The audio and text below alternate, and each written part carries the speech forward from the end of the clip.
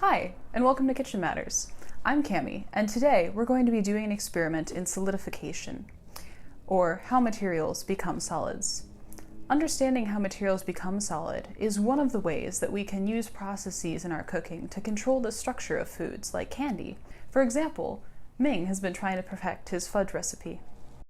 Hi, Cammie. So this morning I was trying to make chocolate fudge, but instead of turning out all velvety and smooth, my fudge was super grainy. What's up with that, and how do I fix it? That's a great question, and actually happens pretty often when making fudge at home. To understand how to change your process, we need to understand that fudge is actually full of tiny sugar crystals. Many materials are crystalline, or have a crystal structure. That means if you were to look very closely at how their parts are put together, they make a very specific pattern over and over and over again. This organization controls a lot about how a material behaves, and is important in lots of materials, including one of my favorites, sugar. Using some material science knowledge, you can control the crystals in sugar right in your kitchen, and make lots of different kinds of candy from that same grainy white stuff you buy at the store. So why do some materials exist that are so organized, Cammie? Well, we know that materials are happy to be liquid and let their molecules float around and move fast when they're hot.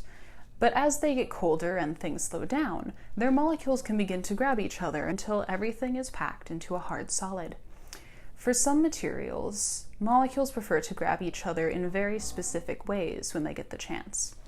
If they're all allowed to grab each other in only very specific ways, then the solid they build will only be built in a very specific shape. Oh, so sugar molecules fit together in a very particular way as well, and grow into sugar crystals. Exactly. To look at the way crystals can grow, we're going to do some delicious experimentation and make ourselves some rock candy. So, here's our procedure. Notice that the sugar from the store is already lots of tiny crystals. We'll be pulling those crystals apart so we can put them back together the way we want for our candy. First, we're going to mix the sugar and the water in the pot, and notice that not all of the sugar dissolves.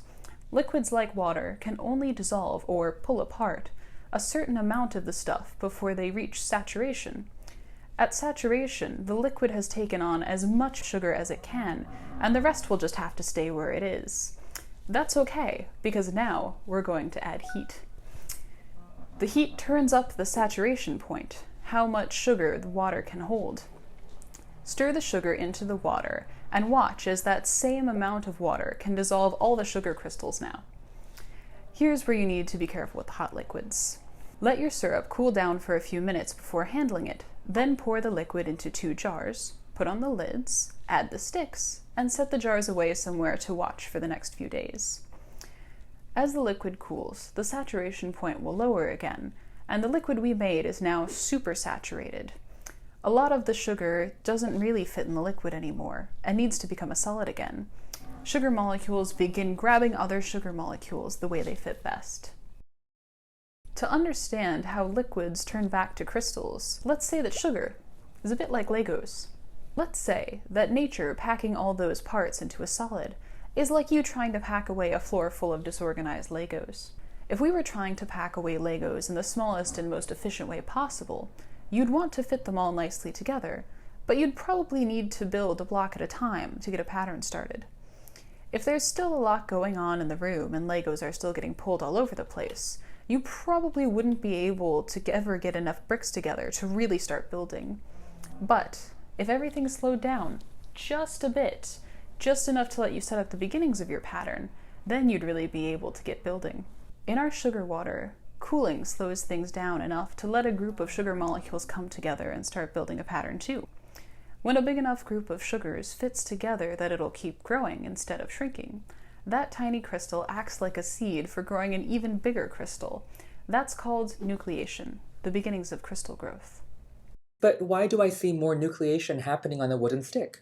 To answer this question, we have to understand that there are actually 2 types of nucleation. In the example we just discussed, the crystal seeds just happen to form on their own when sugar molecules bumped into each other. That's called homogeneous nucleation.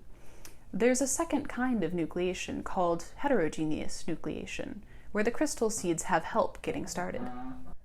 Let's go back to the Lego analogy to explain this further. Imagine, while putting away Legos, you found something that you could build on top of. That would help you set up a pattern even faster. You'd probably be able to use that to get your pattern started more quickly.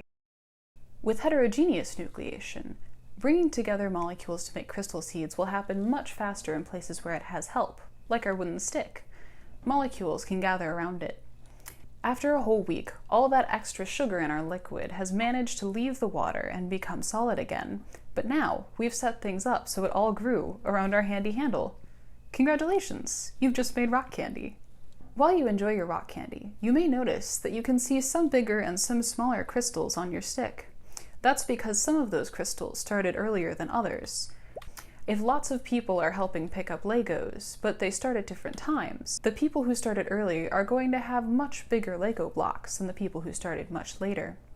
In the same way, seeds that started growing first form much bigger crystals before the sugar runs out than seeds that started later. Some recipes give crystals on the stick an even bigger head start by covering it in dry sugar as pre-made seed crystals, big enough to start growing right away. To try this, dip your stick about halfway in your syrup, and then roll them in some dry sugar before putting them in the jars. You can compare the results of your experiments to see the difference. That's cool and all, Cammie, but how does any of this relate to making fudge? Big crystals give rock candy its crunchy properties, but what if we want lots of little blocks instead of a few big ones? We'd have to make sure that lots of people started building at the exact same time. That's exactly what we want to happen when you make fudge. If you've ever had fudge, you'll know that this treat is very different from the crunchy crystals we just made. It turns out that smooth sweet is also full of lots and lots of very small sugar crystals, instead of a few big ones. So that means when I make fudge, I want all my sugar crystals to start growing at the same time? How do I do that?